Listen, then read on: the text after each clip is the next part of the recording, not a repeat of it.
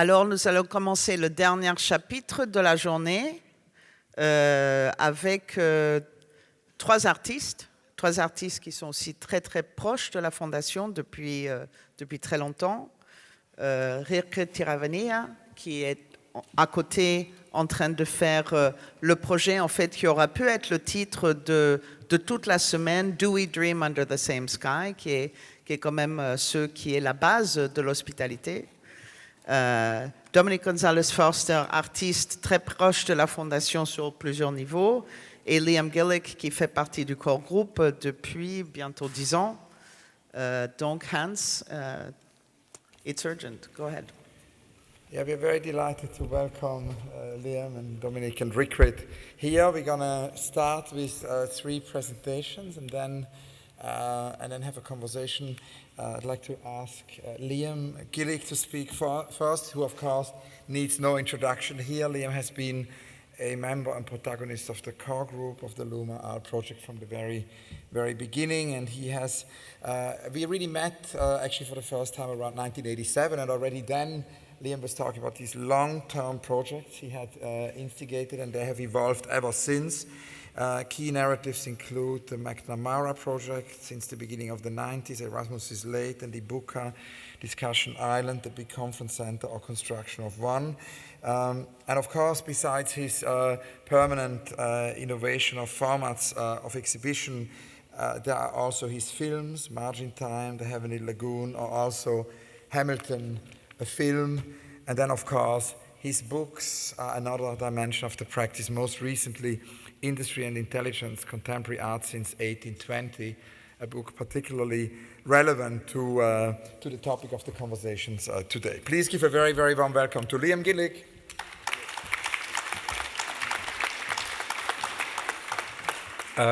Thank you very much. I'm actually going to do what we call in America a show and tell, and try to make it reasonably fast. What I want to really do is and I think this will also happen with the other people at the end of this session, is to reflect on some of the complications of the appropriation that took place after the fall of the Berlin Wall, but started essentially before that, of a kind of model of communality after communism, without communism, and the way especially corporate environments and the neoliberal rebranding of capital took over spaces that had been viewed as public, even utopian, even spaces of free thought.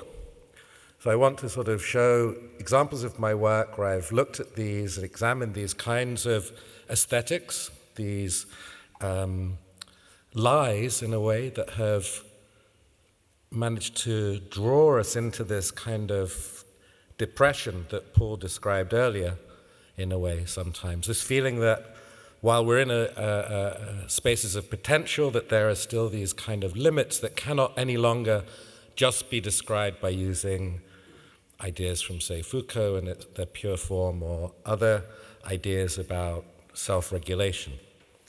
So, here we go. Where's my mouse? It's really interesting.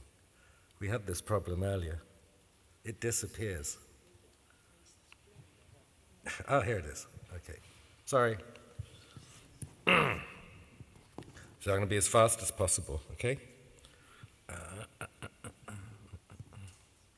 hell? They've changed the design. How dare they? I don't know. How do you make it work? Can we have some technical help, please? Here we go. Someone is yeah, coming. They've moved it to the right-hand side. Okay, I'm ready.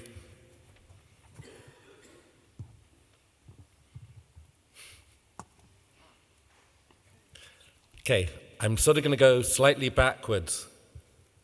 This is, in a sense, well, it's a model of a clump of buildings, very small model of a clump of buildings at the edge of a town. It's the kind of space where you might find, as we do over the back side, the non-historical side of the park, where you find the place to buy things in bulk, in large quantities, where you find the chain restaurants, where you also might find a tiny nightclub in an abandoned building, or replaced by swimming pools.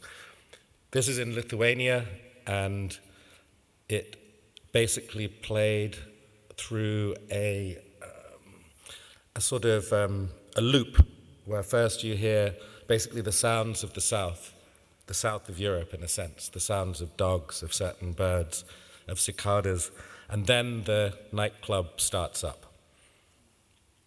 Another work which is somewhat reminiscent of large chess, which of course is, that used to be that great signifier of advanced leisure in any park.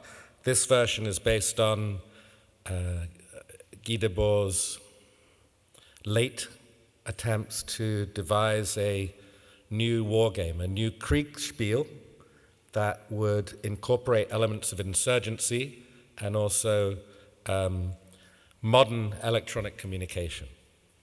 And that's something he dedicated with his partner, Alice, the last days of his life. Here, placed in a museum as a thing to learn about, a thing to potentially play. This is an exhibition structure as a way of trying to take over this sense of the trade fair or the maybe the scientific get-together. And in this case, the artist, myself, is operating as purely a framer, someone who can create a flexible device for to protect and also create various mutable zones for the presentation of earlier, potentially more brittle and fragile art, primarily from California, that maybe needs protection and needs some kind of new way of being exposed.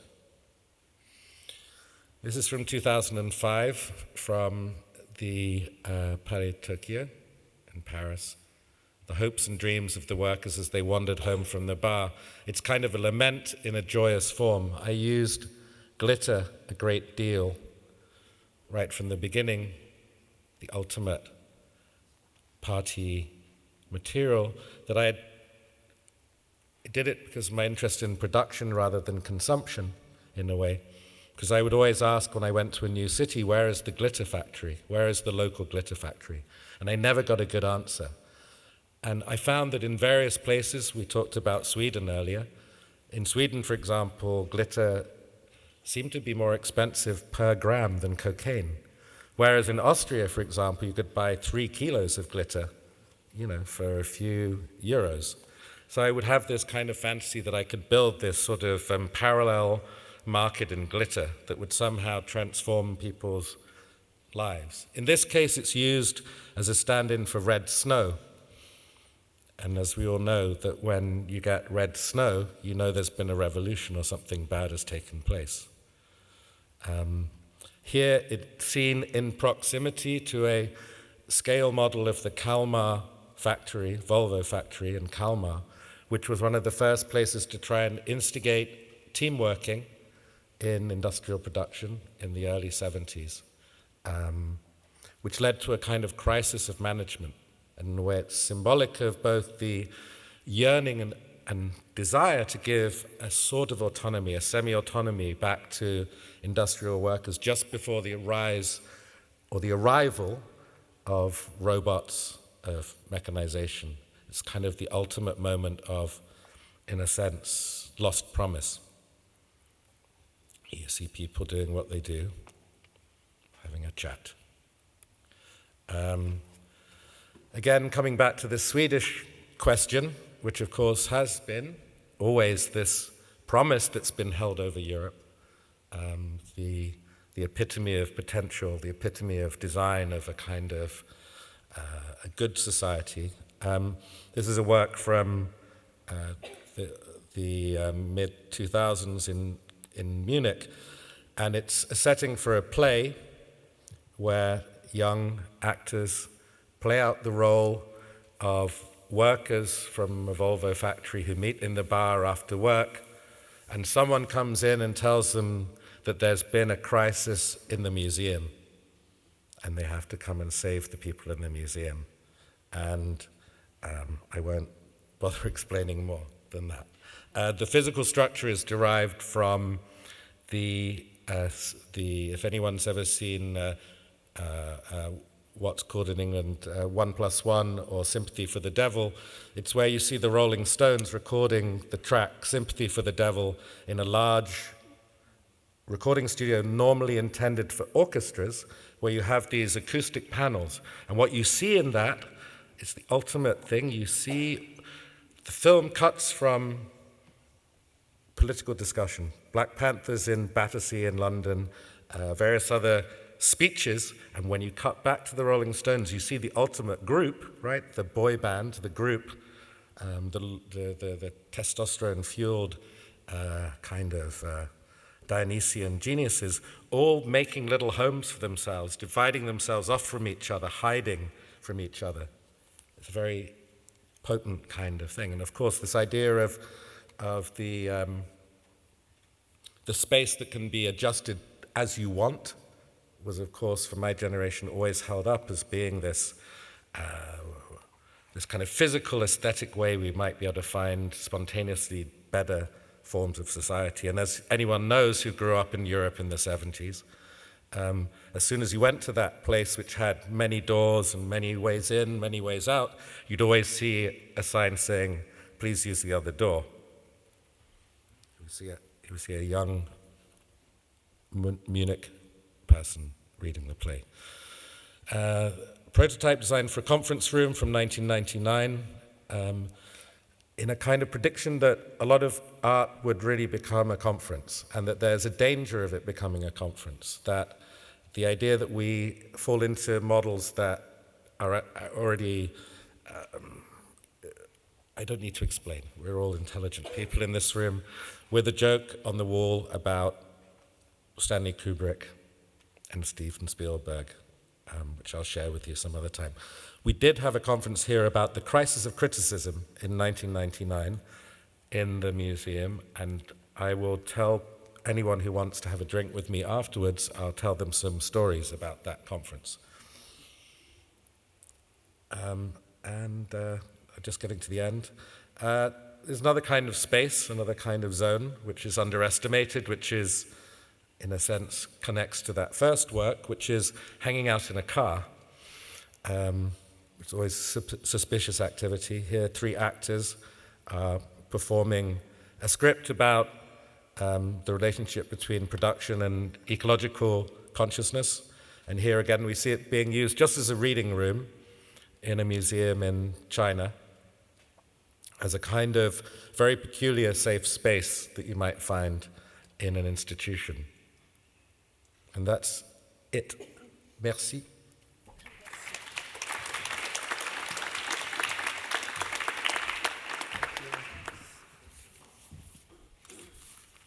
Liam, thank you so much. Another big round of applause for Liam Gillick.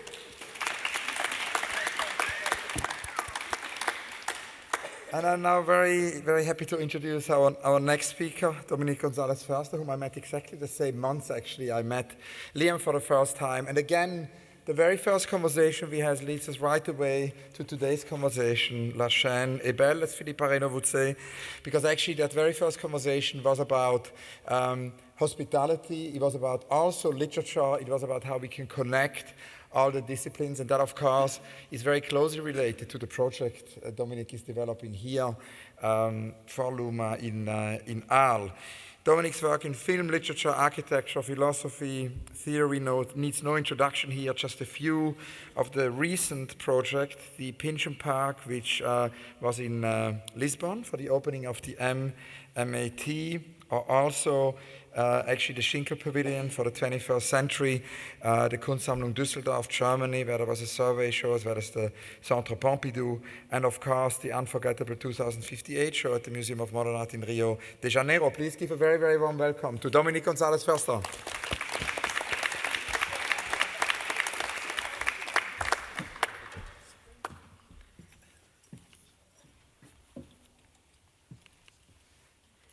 Sorry, a short technical moment. Okay. Je peux parler en français ou en anglais. Peut-être vous pouvez lever la main si vous voulez pour l'anglais. Pour le français? C'est bon. Alors. Yeah, I have to drag it when I escape. Then I drag it. I open it, I drag it there, and then I open it there.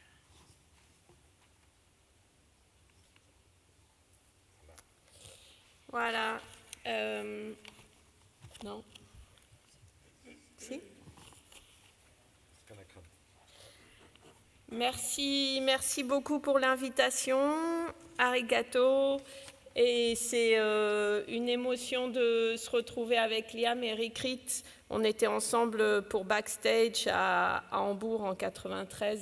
C'est là où on s'est, avec Liam un peu avant, mais Rirkrit rencontré. Et Backstage, c'était justement une exposition sur ce qui se passe derrière et pas forcément au centre. En fait, quand je réfléchissais à cette idée d'hospitalité, me sont revenus deux moments vraiment forts qui sont le premier voyage au Japon en 1986 et la sensation d'être accueilli par un climat, d'abord une humidité très forte et puis quelque chose de très protecteur, de très maternel, qu'ensuite j'ai commencé à décoder un peu autrement, et puis une horizontalité que j'ai trouvée aussi très hospitalière comme terrain de jeu. Plus tard, environ 10 ans plus tard, le premier voyage au Brésil, j'ai trouvé une autre forme d'hospitalité qui m'a beaucoup transformée, qui était quelque chose de très inclusif et pas seulement inclusif d'autres humains, mais aussi d'autres formes de vie. Et c'est peut-être un peu de ça que je voudrais parler aujourd'hui. Je vais pas.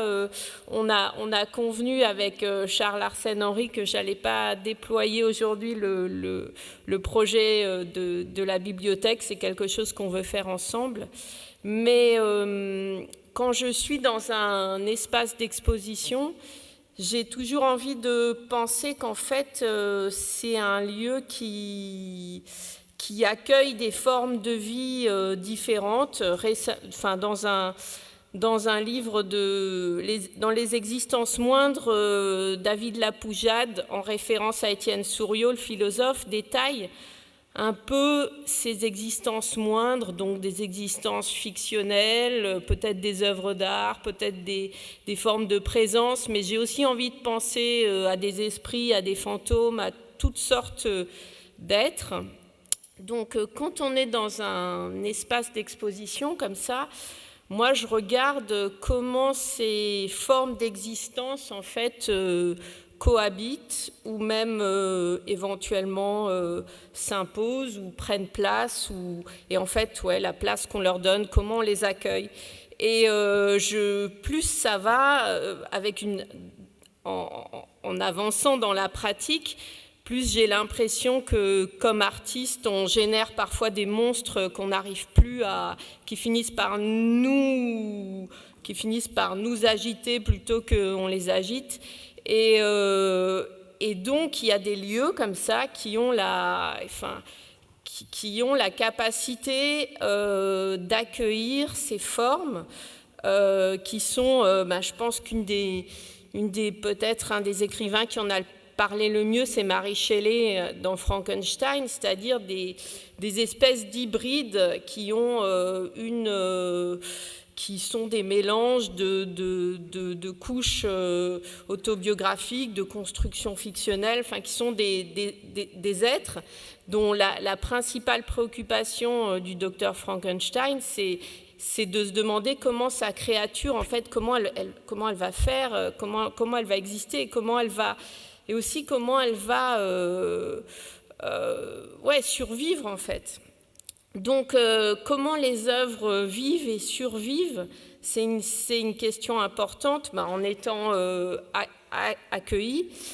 Mais en ce moment, je trouve qu'il y a une question qui est en train de prendre le dessus sur cette question. et qui, moi, m'empêche de dormir et qui m'empêche de continuer à penser seulement ces œuvres et ces êtres et ces instaurations de présence, ces vies semi-artificielles, ces esprits, ces expositions, c'est qu'on est, et là je me dis que là, en ayant été parfaitement, comment dire, impressionné et touché par les interventions précédentes, j'ai l'impression qu'il faut encore ajouter une autre dimension actuellement. Et si on réfléchit à cette notion d'hospitalité, c'est que on est l'espèce invasive dominante de cette planète, qui est en train de, enfin, qui a engagé une transformation massive de l'environnement, et qu'en fait, c'est-à-dire, moi, je suis en fait, je vais être très franche, ces derniers mois, ces dernières années, je suis en permanence tiraillée entre la poursuite d'une œuvre qui est liée à certains paramètres et plus qu'une inquiétude, beaucoup de réflexions sur la nécessité de ces œuvres par rapport à celle de préserver le mot, je le trouve tellement, parce qu'il est surutilisé, de biodiversité, mais c'est quand même le mot technique. Et je repense, c'est en relisant un livre de Philippe Cadic, celui qui est à l'origine de Blade Runner, Est-ce que les androïdes rêvent de moutons électriques, où j'ai réalisé que l'adaptation filmée, en fait, ne prend pas en compte, enfin, il y a une chouette dedans, mais il y a un élément très très important dans le livre de Philippe Cadic, c'est la présence des animaux et le rapport aux animaux. Dans ce livre, en fait, un androïde n'a pas d'empathie pour un animal, et tous les humains rêvent d'avoir un animal vivant. La merveille ultime, c'est un animal vivant. Et je pensais tellement à ça que dans le train, j'ai été très choquée quand j'ai entendu une petite fille derrière moi demander à sa mère, elle a dit « Maman, est-ce que dans la ville où on va, il y a des animaux ?» Et je me suis dit « Mais oh là là, mais qu'est-ce que c'est que cette question ?» Parce qu'en fait, je pense qu'il y a, je ne sais pas, peut-être il y a même encore 10 ans ou 20 ans ou 30 ans, moi je ne me vois pas posant cette question, quoi, parce qu'il y avait les animaux étaient partout, et je pense que c'est vraiment une question du présent. Et je me dis que un des rapports pour moi, les écrivains science-fiction d'anticipation comme Ballard, comme Philippe Cadic sont d'une grande aide à penser pas seulement le futur mais le présent. C'est comment on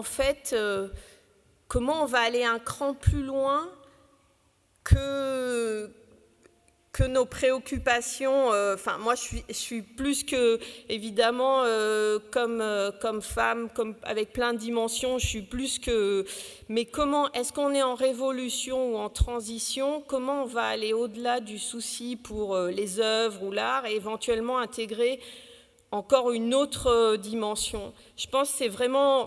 moi, je le vois comme une question essentielle, et je pense que les intelligences artificielles ne vont pas beaucoup nous aider, parce que je crois que leur empathie pour le vivant, elle est zéro, sauf si on arrive à leur enseigner une empathie pour le vivant. Mais comment est-ce qu'on peut avoir une empathie pour le vivant quand on n'est pas vivant?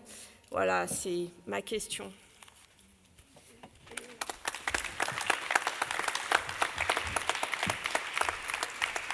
Please give another big round of applause for Dominique Gonzalez-Foerster.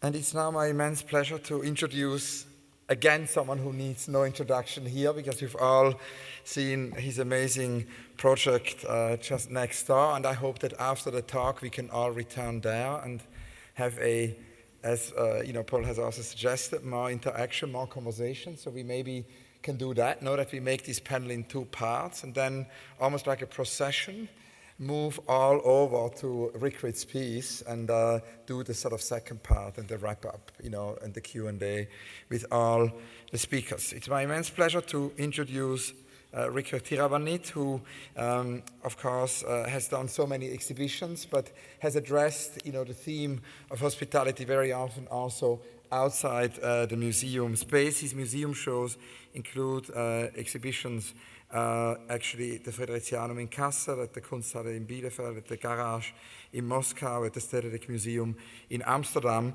But of course, his recent public artworks include also a pavilion type of architectural structure, actually of hospitality in the Singapore Museum. And he's been very much at the origin of projects Daniel Birnbaum was talking about earlier this afternoon, such as the Gasthof, and of course also Utopia Station, which we developed together with Molly Nesbitt and Rirkrit, where actually Molly and I somehow were there the day Rirkrit actually drew Utopia Station. He's also the initiator of the Lamb Foundation, located in Chiang Mai, which is a long-term, ever-evolving project, which is very much alive in the way Dominique was speaking, so there is a very strong link there. Please give a very, very warm welcome to Rirkrit.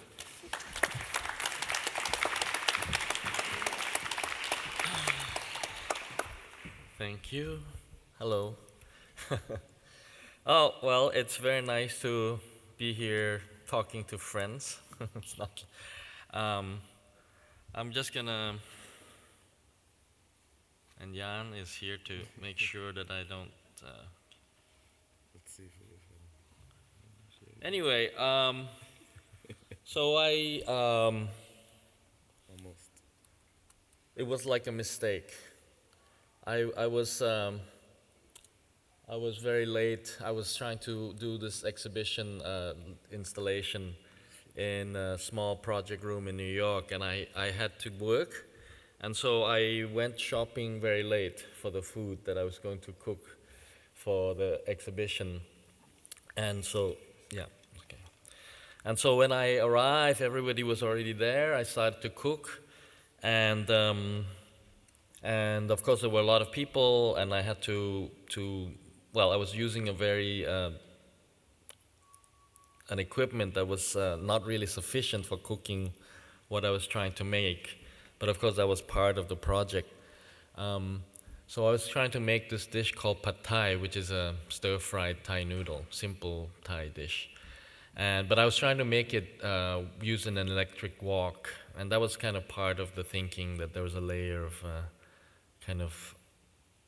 how the West has kind of, capitalized on like a very simple utility tool from the West, not from the East. So I was very late. I started to cook, and then everyone started to line up and wanted to eat. And then friends came and realized I needed help, so they started to help me. And at that moment, I realized that it was actually that happened, that everyone started to kind of take over or help or put themselves into play.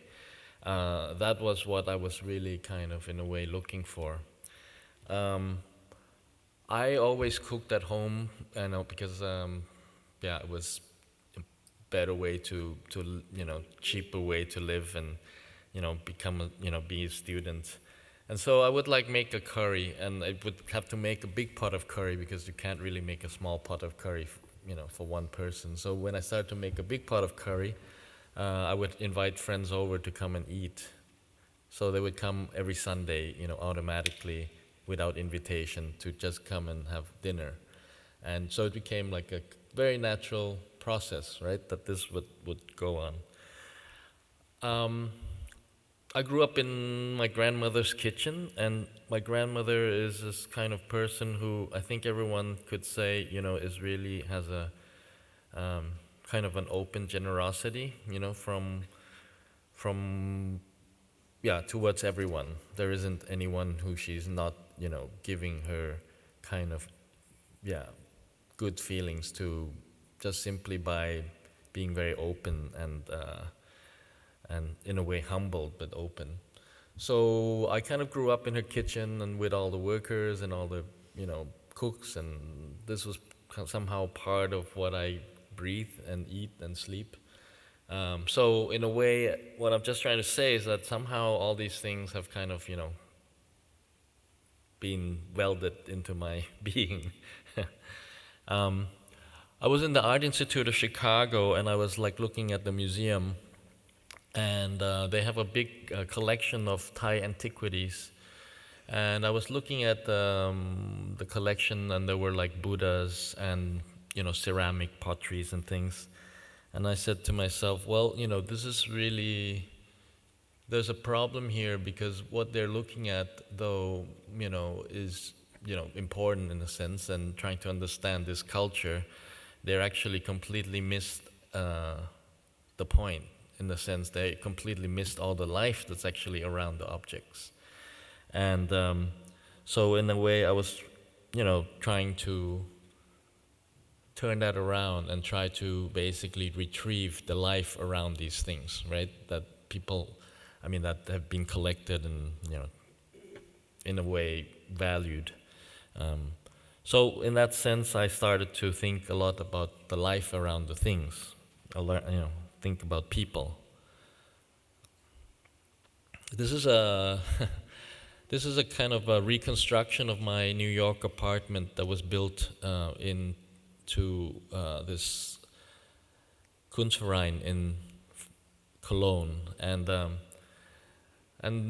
when I arrived to Cologne, I was the first person to get this kind of prize to be in the residency there. And the curator said to me, well, you're the first artist to get this prize, so we don't have anything for you. We have no, we don't have furniture, we don't have pots, we don't have nothing. So here's some money, go and buy all these things that you need for your, to be here for 6 months. So in the process, I started to go to, shop for whatever I would need. And in the process of shopping, I started to realize that, after I leave, these things that I bought would kind of, probably be thrown out or whatever.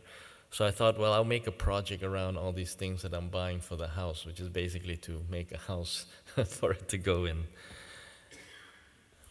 And that apartment was there for 3 months, and as soon as it opened, I left the house, and as you could see, people kind of took it over, and it was open for 24 hours a day and for 6 days a week, because in Germany you have to stop working on Sunday.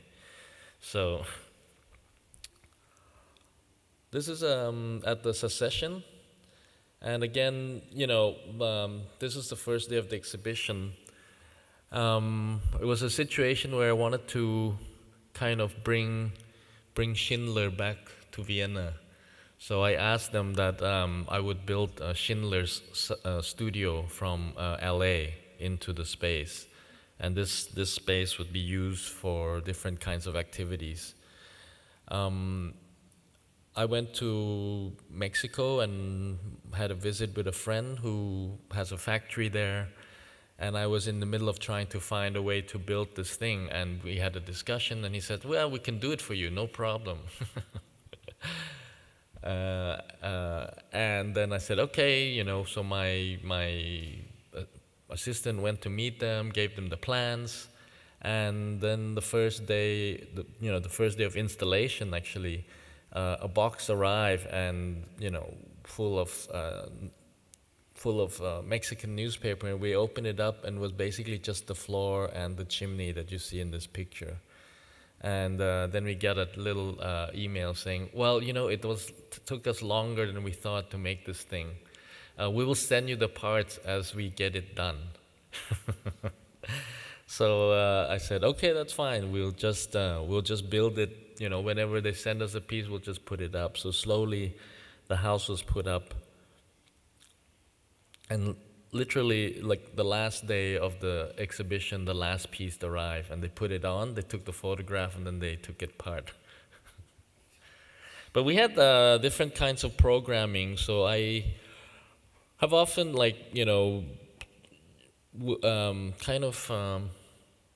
kind of in a way, like to re-look at other people's work that that I have a great deal of inspiration from. So I asked them to show some films, and lots of children playing.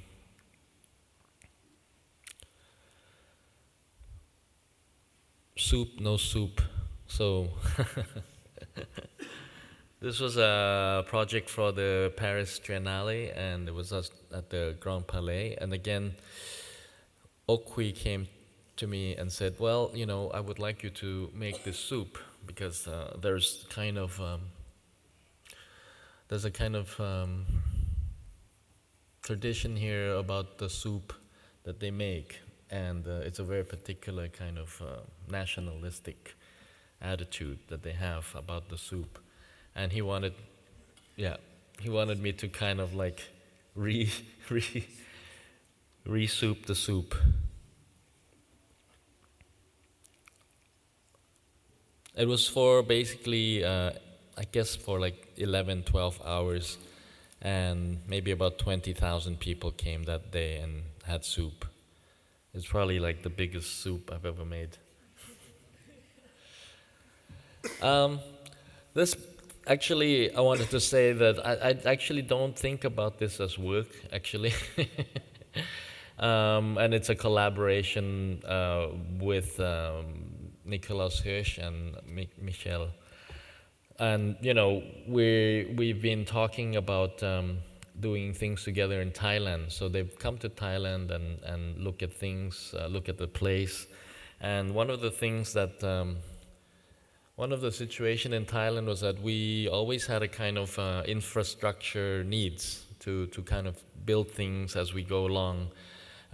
We had a program which was like a residency program for young people to come and stay. And they would stay there, but then once it started raining, they would have to run away because we didn't have shelter that was, good enough to basically keep them, dry and well. So we've always been trying to like find a way to make a substantial infrastructure that then would be able to like kind of house, different ideas inside it, but mainly to basically be used for a kind of residency. And so after, at some point we talked about it, the art fair in Basel came up with this idea that they would like me to do a project in front. And I think partly there was some kind of a situation that had happened maybe the year before. There were some protests and people weren't happy about this public space, which is not really public. And so they thought that I guess they thought maybe I could try to solve that problem by being more open or something. And and it was kind of interesting in the sense that, it is a private space. It's actually, it's open without fences, but there's some kind of markation, there's some kind of lines, And I said, well, we would do it because, but it's the idea would be to then build this and then take it back to Thailand, so it functions for us. I mean, there's a purpose to doing it, and it would benefit not just, just the fair, but also to other people in the future. So, and they went along with it, and of course, there were protests and things, and people would come up to me and say, what's going to happen if there are protests? I said, well, let people protest. I mean, it's that's part of the participation. And so people came, they did performances, they protested, but in a way, when you leave it open that way, like things happen and they come and go, and then so. People have to wash your own dishes, which was so I think I'll end here and we can just talk, and then we'll go out, and some of you already been there, so we can just talk more about how it works or doesn't work. Thank you.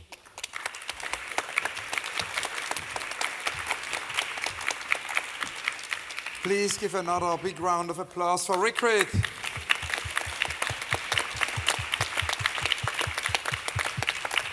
And one of the things which came to my mind, it's not a question I wanted to ask, but it's just a comment. It's actually the first time we collaborated was, on this show Migrateur for the Musée d'Art Moderne de la Ville de Paris, and something really fascinating happened because it was actually probably one of your smallest installations ever. It's almost the opposite of the installation here because it was at the brink of invisibility, and also there was only tea and coffee. There was nothing else. But in a way, visitors picked up on it and they could make their own tea and their coffee. And the exhibition lasted like for 3 months. And there was not one single review, there was not one single article, there was not one single mention. But the nanosecond we removed it, we received hundreds of letters of protest. And I thought that was kind of a big success.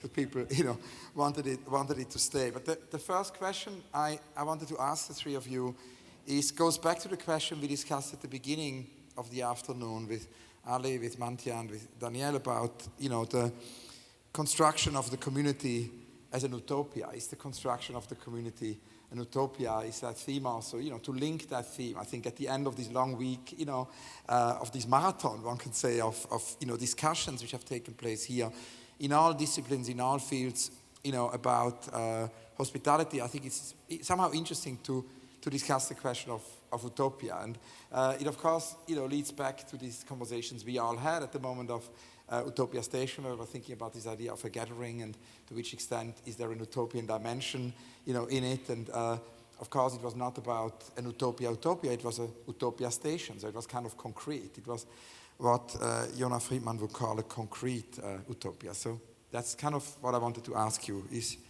there an utopia in this idea of hospitality? And maybe Dominique starts. No, I think utopia is always two steps away from dystopia, and it can quickly shift. I sometimes also the thoughts I had today were like that maybe there is a kind of dystopian hospitality, like let's call an exhibition a dystopian form of hospitality, in the sense that it's not supposed just to feel you good or warm or happy.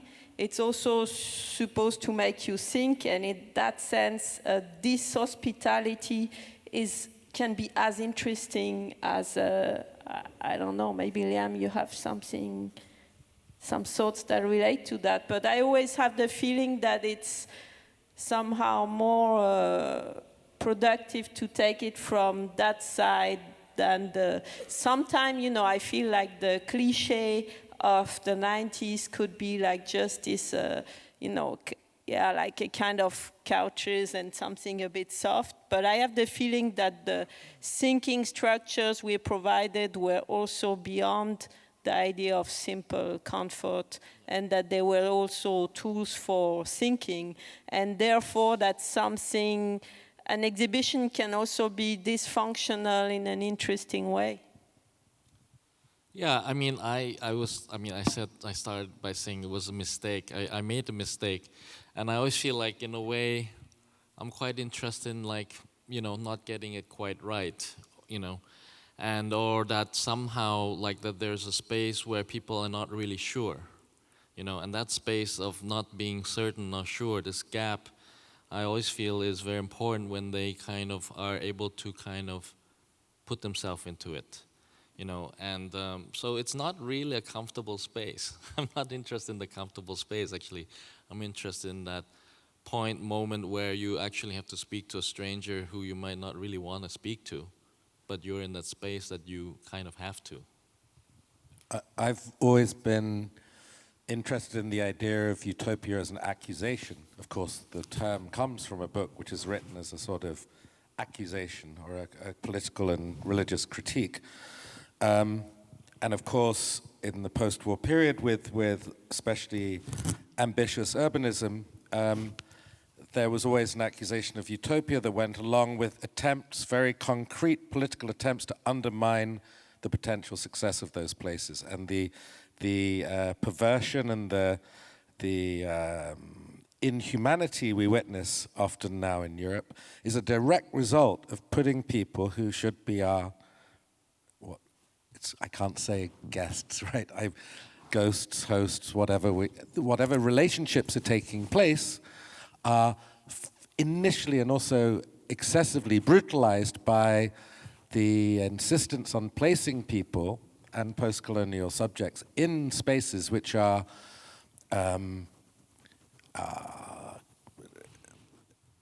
troubled. They have pain inscribed in them. And I know there was talk earlier about London and about Britain. It was kind of interesting because I haven't lived there for a long time.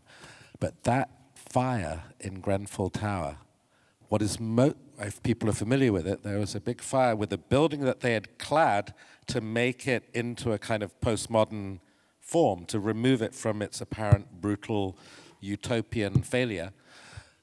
When you then saw who'd been living in that building, it's the most astonishing thing to think about. So, going back to Utopia Station, that's 2003. At that point, I very clearly made a statement about this problem of the accusation of utopia, and I think politically and culturally, this is probably no longer a relevant point. Things have become more dynamic, things have become differently critical, but we're still seeing these absolutely disgusting moments of calamity within these kind of sites. So that's my point. Maybe to finish the discussion of utopia and come to something else, maybe one last question about that is when Ernst Bloch was pushed against the wall by Adorno to finally say what is utopia, he sort of had to give a definition. So he said something is missing. So I was kind of wondering what is missing. Yeah, but that's a very German conversation, because of course it's something that cannot take place in Germany. So you can talk about utopia because it remains purely an abstraction that should never be realized. When you go to France, on the other hand, there were attempts to realize utopian projects. There were attempts to realize an articulated republic of citizens, right? In Britain, you had it in a different way, but it's a very particular. You've got to understand these things. They remain connected to the 19th century political origins of things. Maybe one thing, which is missing, and that's very concretely, I always ask artists about their unrealized project. And one of the things which has occurred a lot in the answers over the last couple of years is kind of to go beyond exhibitions. There may be idea that exhibitions are, is kind of as a format, still an interesting format to experiment, but that there is a necessity to clearly go beyond it. I mean, one can see it whenever you used to go to cities and one would ask different people, what are the exciting shows to see? People would immediately say, you must see this, you cannot leave the city before you go and see this. But there seems to be a kind of a certain exhibition fatigue, and very often, I would go to a city and be actually difficult to even get a recommendation for one exciting show. However, there are all these other exciting projects. And I think in a way, that leads us also what the three of you are doing here in Arles at LUMA, because I think it goes beyond the exhibition. It has to do with an engagement which it goes more over time. And I mean, Dominique, you always defined it that we have to create extraordinary experiences. It has to do with experiences which maybe also engage with people over a longer period of time, which don't have that limited lifespan of exhibitions. And the three of you are going to create really something long durational. Brodel talks about la longue durée at LUMA Arles. And so I thought it might be interesting, even if Dominique can't tell us exactly what it will be, because it will be presented later with Charles, but I wanted to maybe ask Rirkrit first, because of course what's happening here, the place we're going to go in a minute, is only a prelude for what's going to happen later. And it would be great to hear more about that. And then maybe Liam can tell us more, and then we'll conclude with Dominique telling us maybe hints at what is still a secret. Yeah, something is missing. I don't know what I'm doing here, actually. I mean, I kind of do, but I don't really know how, I'm still, as I was always thinking that I need to spend a bit more time and to, it's a very different process. And of course, it's also something that should be there for a while, and in that sense, it's not something to really do quickly. So I keep coming back and having to think a little bit more.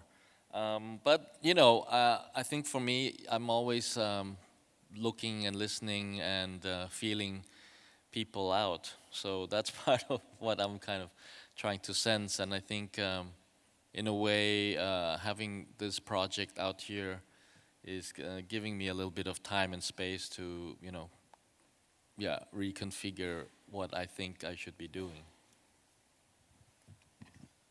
I'm working on a communal space which actually functions as a moment of pause or slowing you down within the building.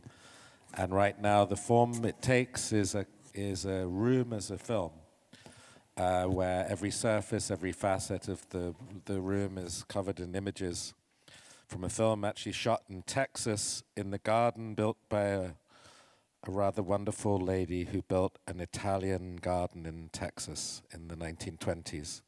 And along with the room as a film, as a soundtrack, the first part is the sound of microprocessors being made. That's for you. Like, they sound like cicadas or something. The second part is the sound of the startup procedures of a Boeing 737 that you hear again as a kind of ambiance. And the third part, because I'm a pretentious, insecure British person, is a heavily reverbed voice of course, Deleuze, talking about his hatred of pets, of domestic pets, and his love of ticks and fleas and things that drop and find the warmest space to be. That's what I'm doing. And Dominique, as we know, you can't tell us exactly about what's going to happen with the library, but what I thought you could tell us about is the preludes, which have already happened, because of course there have been openings onto the library on fire, you know, over the last couple of years, not in the actually Gary building where it's ultimately going to be, but it has been in the city of Arles, in smaller spaces. Can you maybe tell us about that and your collaboration with Charles also? I think it would be interesting to hear about that with Charles also and Henry. Maybe Charles wants to say, well, no, he say no. So yeah, it's difficult. I don't want, you know, it's this library where this creature is looking for its form, but it's also, it will be partly located on the third floor, but then we're also thinking that its form is also to expand in other places, which makes me think of something I didn't have the time to say before, but I think it's also very interesting. We were, you know, maybe I talked about animals and insects and other forms of beings and plants, but one thing that is also very much on my mind at the moment, and it's also because we spoke about colonization, is what is, like, I have the feeling the mistakes that have been done are being repeated now with this urgent desire to go to other planets.